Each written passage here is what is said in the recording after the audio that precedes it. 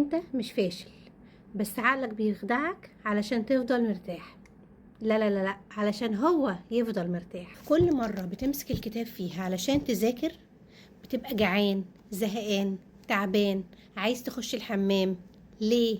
وده لان في صوت جواك مش صوتك انت، بيقولك سيب المذاكرة دلوقتي، مخك مش مركز، ذاكر بكرة. صح؟ بيحصل كده ولا لأ؟ تعالى افهمك بيحصل كده ليه وازاي نتغلب على كده. جوه دماغنا في العقل الواعي والعقل الباطن.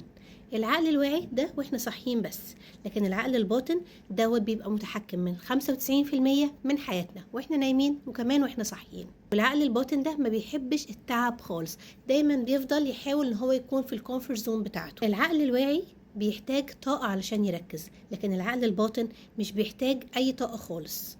علشان كده لما بتيجي تقول انا يلا هذاكر، تلاقي عقلك بيقولك طب ما تيجي ناخد 10 دقايق ريست كده، نلعب في الموبايل شوية وبعد كده نبقى نذاكر. وده طبعا علشان السكرولينج في الموبايل مش بيحتاج اي طاقة خالص.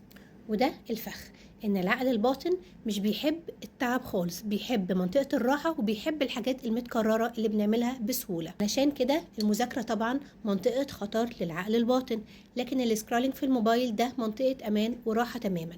لو عايز تكسر الحلقة دي، ابدأ كل يوم ب10 دقايق مذاكرة وابتدي زودهم بالتدريج. زي ما بتدرب عضلاتك في الجيم، كمان لازم ندرب عقلنا. المذاكرة مش صعبة خالص، الصعب ان انت تبدأ. يلا ابدأ من دلوقتي حالا، تابع الفيديوهات علشان هنمشي سوا رحلة التغيير.